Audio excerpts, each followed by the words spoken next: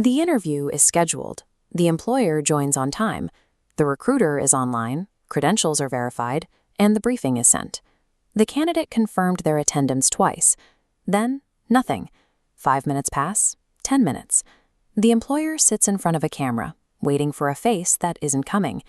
Eventually, the employer closes the window, leaving with a rational inference that follows the candidate long after the call ends. If they cannot attend an interview, how will they perform at work? Workforce data shows organizations report a 41% increase in candidate ghosting, and 40% vanish at the second or third interview round. Employers aren't the only ones waiting.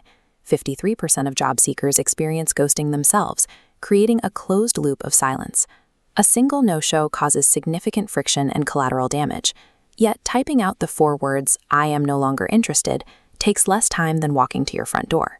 Candidate silence has mutated into a baked-in industry standard.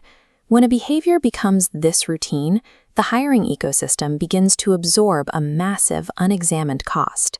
To understand that cost, we have to move past the perspective of a frustrated recruiter and adopt the analytical lens of a labor economist. The framework for this behavior comes from Nobel laureate Michael Spence and his concept of signaling theory. Spence focused on a core market dilemma. Employers have a visibility problem because they cannot fully observe or verify a stranger's true reliability before the hire is made. Actions serve as a proxy for character. For a reliable candidate, punctuality is a low-cost action. But when an unreliable person fakes that punctuality, preparation requires massive energy. The signal works because faking is expensive. Reframing the no-show reveals it as the loudest, most accurate negative signal a candidate can broadcast. In a market starved for reliable information, ghosting is a highly efficient economic broadcast that immediately defines the candidate's character for the employer.